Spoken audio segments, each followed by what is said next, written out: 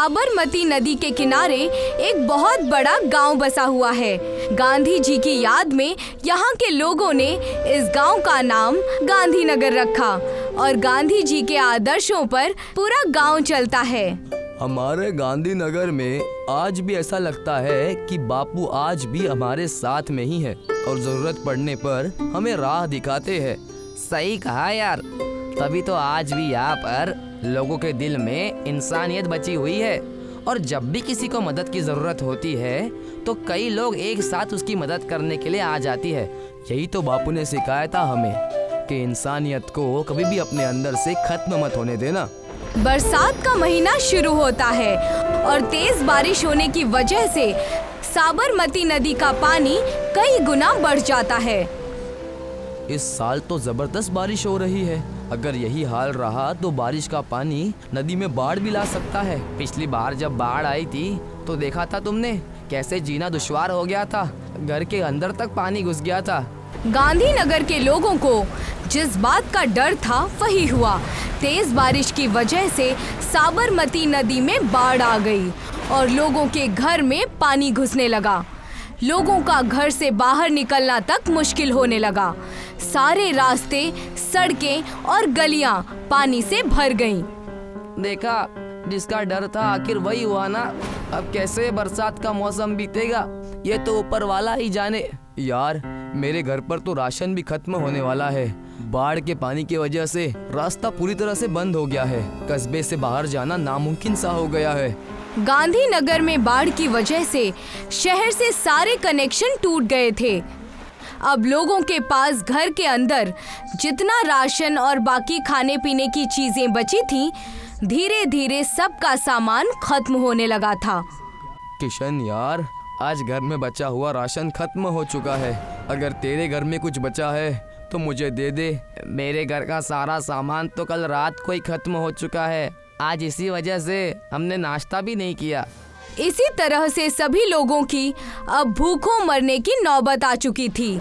ये बात पता चलने पर एक दूसरे गांव का लड़का प्रणव इस गांव में आकर पानी पूरी बेचने की सोचता है। वो लड़का एक नाव बनाकर यहाँ पानी पूरी बेचने आता है। आ जाओ भाइयों, पानी पूरी खा लो। 10 रुपए की 5 पानी पूरी मिलेगी। प्रणव की आवाज सुनकर कई लोग अपने घर की छत से उसको आवाज लगाते हैं और पानी पूरी देने के लिए कहते हैं। प्रणव सुनीता के घर के पास पानी पूरी देने जाता है, पर तभी पानी की एक तेज लहर आती है और उसके नाव को पलट देती है। बचाओ, कोई मुझे बचाओ, मुझे तैरना नहीं आता, मैं डूब जाऊंगा, बचाओ। पर पानी का बहाव इतना तेज था कि कोई चाह कर भी उसकी मदद नहीं कर पा रहा था।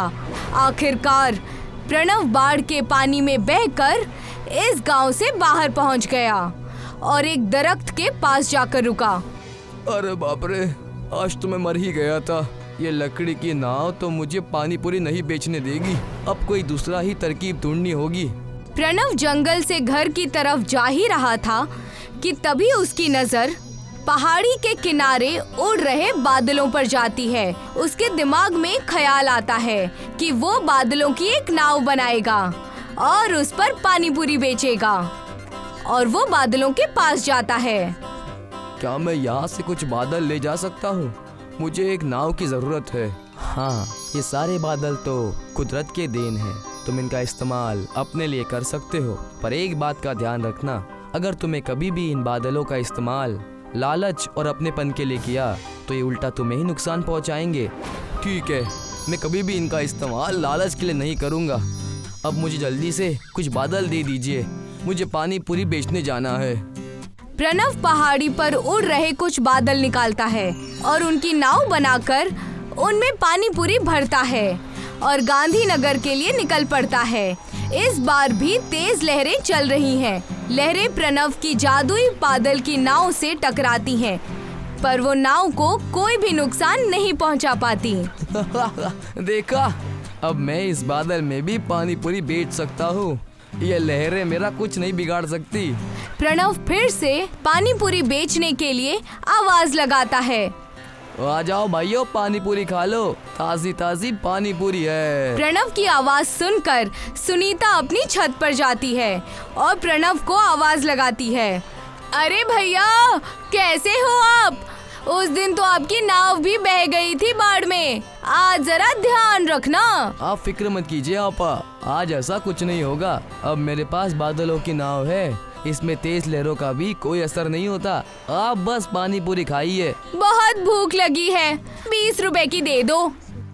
प्रणव 20 रुपए की पानी पूरी एक प्लेट में सुनीता को उसकी छत पर ही दे देता है और अपनी जादुई बादल की नाव लेकर दूसरे घर की ओर निकल पड़ता है। किशन की नजर प्रणव पर पड़ती है और वो उसको आवाज देकर बुलाता है। अच्छा हुआ भाई जो तुम आ गए, कई दिन से खाना ही नहीं खाया। अब तो पानी पूरी से ही पेट भरना होगा। जल्दी से 1 प्लेट पानी पूरी दे दो। प्रणव 1 प्लेट पानी पूरी बनाकर किशन को दे देता है। किशन भूख की वजह से जल्दी जल्दी पानी पूरी खा के खत्म कर देता है। भाई 1 प्लेट और बना दो। अब प्रणव पानी पूरी बनाने लगता है और किशन खाने लगता है। बहुत देर तक ऐसा चलता रहता है और कुछ वक्त बाद जब किशन की भूख मिट जाती है तो वो खुद ही प्रणव को रुकने के लिए कहता है। बस भाई, अब पेट भर गया, अब और मत बनाओ। कितने पैसे हो गए ये बता दो। आपके 50 रुपए हो गए। प्रणव दूसरे घर की ओर चला जाता है। इसी तरह से अब प्रणव के पानी पूरी बेचने का काम बाढ़ में भी अच्छी तरह से चलने लगा था। पर कुछ वक्त बाद उसको लालच आ जाता है और वो पानी पूरी बड़ी महंगी बेचने लगता है। भैया, 1 प्लेट पानी पूरी कितने की है? 100 रुपए की है। ये तो बहुत ज्यादा महंगी बेच रहे हो आप। बाढ़ आने का इतना ज्यादा भी फायदा ना उठाओ आप कि गरीब लोग भूख से मर ही जाएं। तुम्हें पानी पूरी खानी है तो खाओ, मुझे मत सिखाओ कि मुझे क्या करना है और क्या नहीं। वैसे भी मैंने बहुत मेहनत की है, अब पैसे कमाने का वक्त आ चुका है। अब प्रणव अपनी मनमानी करके लोगों से पैसे वसूलने लगा। उसको किसी पर भी रहम नहीं आती, चाहे कोई भूख से मर ही क्यों ना रहा हो। अरे बेटा, बहुत भूख लगी है, मुझे पानी पूरी खिला दे, पर मेरे पास तुझे देने के लिए पैसे नहीं हैं। मैं रस्सियाँ बनाने का काम करती हूँ, पर बाढ़ की वजह से कोई मेरी रस्सियाँ नहीं खरीद रहा। पैसे नहीं है तो भूख से मर जाओ। मैं यहाँ पैसे कमाने आया हूँ, भंडारा चलाने नहीं। प्रणव ने लालच की वजह से बुजुर्ग औरत को वहीं पर भूख से मरने के लिए छोड़ दिया और आगे निकल गया। वो बादल राजा की बात भूल गया था, पर तभी उसकी जादुई बादल की नाव के बादल बरसने लगे और उसकी नाव डूब गई। ये देखकर उस बुजुर्ग औरत ने अपनी बनाई रस्सी उसकी तरफ फेंकी। ये लो बेटा, जल्दी से रस्सी पकड़कर ऊपर आ जाओ, नहीं तो ये लहरें तुम्हें बहा देंगी। प्रणव रस्सी की मदद से ऊपर आ जाता है। मुझे माफ कर दो अम्मा, मैंने तुम्हें भूखा मरने के लिए छोड़ दिया और आज तुमने ही मेरी जान बचाई। अब प्रणव को अपनी गलती समझ आ जाती है और वो सभी लोगों से माफी मांगता है और बाढ़ खत्म होने तक सभी लोगों को पानी पूरी खिलाकर उनकी भूख मिटाता है। मैंने कहा था ना, हमारे गोलगप्पे का कारोबार इतना चलेगा कि आप देखते रह जाएंगे। हाँ सुमन, आज तुम्हारी बदौलत हम इस गरीबी से उभर पाए हैं, वरना ना जाने हमारा क्या होता। बात उस समय की है जब सोनू और सुमन नाम के मियाँ बीवी रामनगर के एक घर में रहा करते थे। सोनू कारखाने में काम किया करता था और सुमन उसके लिए दोपहर का खाना बना कर देती थी। सोनू बहुत कामकाजी था। तू इतनी मेहनत क्यों कर रहा है? तू तो इस कंपनी को अपना मानने लगा है। भाभी ने इतना अच्छा खाना बना कर दिया है और तूने उसे ऐसे ही रखा है। जल्दी से टिफिन खोल, मुझे भूख लगी है। जल्दी बता क्या लेकर आया है। अबे मुझसे ज्यादा जल्दी तो तुझे रहती है खाना खाने की। अभी तो लंच ब्रेक हुआ है, रुक जा। अरे भाई, लंच ब्रेक हुआ है तो जल्दी चलना और मेरे लिए भी टिफिन खोल। मुझे जल्दी से भाभी के हाथ का खाना खाना है। अरे भाई ठीक है, थोड़ा सब्र तो कर, हाथ मुंह तो धोकर आऊं। सोनू और आकाश हाथ मुंह धोकर खाना खाना शुरू कर देते हैं। मिल बांटकर दोनों लोग खाना खाते हैं। उसके बाद दोनों लोग काम करते हैं। शाम को जब फुर्सत मिलती है तो आकाश सोनू से कहता है, अरे यार सोनू, आज का दिन कैसा रहा तेरा? अरे हमेशा की तरह ही रहा, कुछ खास नहीं था यार। अरे खास बात तो मैं तुझे बताता हूँ। क्या बात है, तू इतना परेशान क्यों है? अरे यार, जब मैं लंच के वक्त बॉस के केबिन की तरफ गया तो मैंने सुना कि... अबे क्या सुन लिया तूने? क्या बॉस तेरी शिकायत कर रहा था जो परेशान हो रहा है तू? अरे शिकायत विकायत की बात नहीं है, पर मैंने बॉस को कहते हुए सुना था कि कंपनी घाटे में जा रही है, इसलिए कह रहा था कि फैक्ट्री में मुलाजिमों को कम कर देना है और ये सिलसिला कल से ही शुरू होगा। अभी क्या बात कर रहा है? अरे ऐसा हुआ तो हम कहाँ जाएंगे? ऐसा नहीं हो सकता यार, हमारी रोजी रोटी तो इसी फैक्ट्री से चलती है, इसके अलावा हमें कोई काम भी नहीं आता। जब से काम करना सीखा है तो इसी फैक्ट्री में काम किया है। हाँ यार, यही फिक्र तो मुझे भी हो रही है, अब करें तो क्या करें? आकाश और सोनू इसी चिंता में जा रहे थे। सोनू ने आकाश को अपने घर पर थोड़ी देर रुकने के लिए कहा। तभी वहाँ पर आकाश की बीवी पूजा भी आ गई। अरे पूजा, तुम यहाँ क्या कर रही हो? अगर तुम आ सकते हो तो मैं भी आ सकती हूँ। सुमन भाभी ने बुलाया है, कह रही थी गोलगप्पे बना रही हूँ, खाने आ जाना। ठीक हुआ तुम दोनों भी आ गए, मैं तुम दोनों के लिए गोलगप्पे लेकर आती हूँ। पूजा और सुमन आकाश और सोनू के लिए गोलगप्पे लेकर आती हैं। सुमन बहुत ही लजीज गोलगप्पे बनाती थी। उसके गोलगप्पे आकाश और सोनू दोनों को बहुत पसंद आते थे। सोनू उससे अक्सर गोलगप्पे बनवाता रहता था। अरे भाभी, खाना तो अच्छा बनाती ही हो और गोलगप्पे तो उससे भी अच्छा बनाती हो। इन गोलगप्पों में तो सच में करिश्मा है, कितना भी खाओ दिल नहीं भरता। अरे सच कह रहा है ये, सच में तुम्हारे हाथ में तो जादू है। तुम जो गोलगप्पे बनाती हो इतने बड़े होते हैं कि 3 गोलगप्पे में ही पेट भर जाता है। तुम्हारे हाथ के गोलगप्पे खाकर तो हम अपनी सारी परेशानी भूल जाते हैं। परेशानी? कैसी परेशानी? कौन सी परेशानी की बात कर रहे हो तुम? खैरियत तो है ना? अरे सोनू, क्यों भाभी को परेशान कर रहा है? चुप हो जा यार। नहीं, मैं जानती हूँ कि आप दोनों को क्या परेशानी है। आज आप दोनों खामोश लग रहे हैं जब से कारखाने से आए हैं। आकाश और सोनू अपनी बीवियों को ना चाहते हुए भी परेशानी बताने के लिए मजबूर हो जाते हैं और वो अपनी बीवियों को सारी बातें बता देते हैं, जिसकी वजह से दोनों की बीवियां भी परेशान हो जाती हैं। फिर कुछ दिनों के बाद वाकई वो कारखाना बंद हो जाता है। अब हम क्या करेंगे? आपका तो काम भी छूट गया है, धीरे धीरे रसद भी खत्म हो रहा है।